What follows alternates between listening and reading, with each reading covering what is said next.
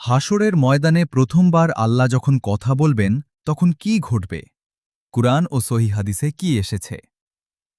কল্পনা করুন, কোটি কোটি মানুষ হাসরের ময়দানে দাঁড়িয়ে আছে, চারদিকে নিস্তব্ধতা। হঠাৎ আল্লাহ তাআলা এক বান্দাকে ডাকলেন। সেই ডাকে কোনো দোভাষী থাকবে না, কোনো অনুবাদক থাকবে না।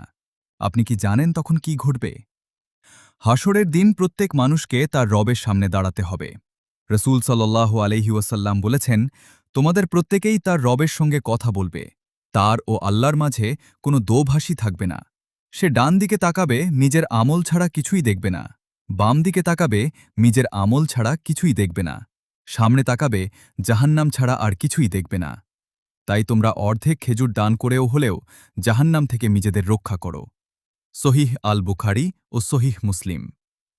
একবার ভাবুন, সেদিন আপনার হয়ে কোনো বন্ধু, কোনো আত্মীয় বা কোনো আইনজীবী কথা বলবে না, শুধু আপনি এবং আপনার আমল। তাই আজই ছোট ছোট নেক আমলকে অবহেলা করবেন না। একটি আন্তরিক দান, একটি ভালো কথা, একটি সিজদা, এসব বই হাসরের দিনে আপনার জন্য আল্লাহর রহমতের কারণ হতে পারে। আল্লাহুম্মা হাসিবনা হিসাবান ইয়াসীরা ওয়া নাজনা মিনান নার। অর্থ, হে আল্লাহ, আমাদের হিসাব সহজ করুন এবং আমাদের জাহান্নামের আগুন থেকে রক্ষা করুন। আমিন।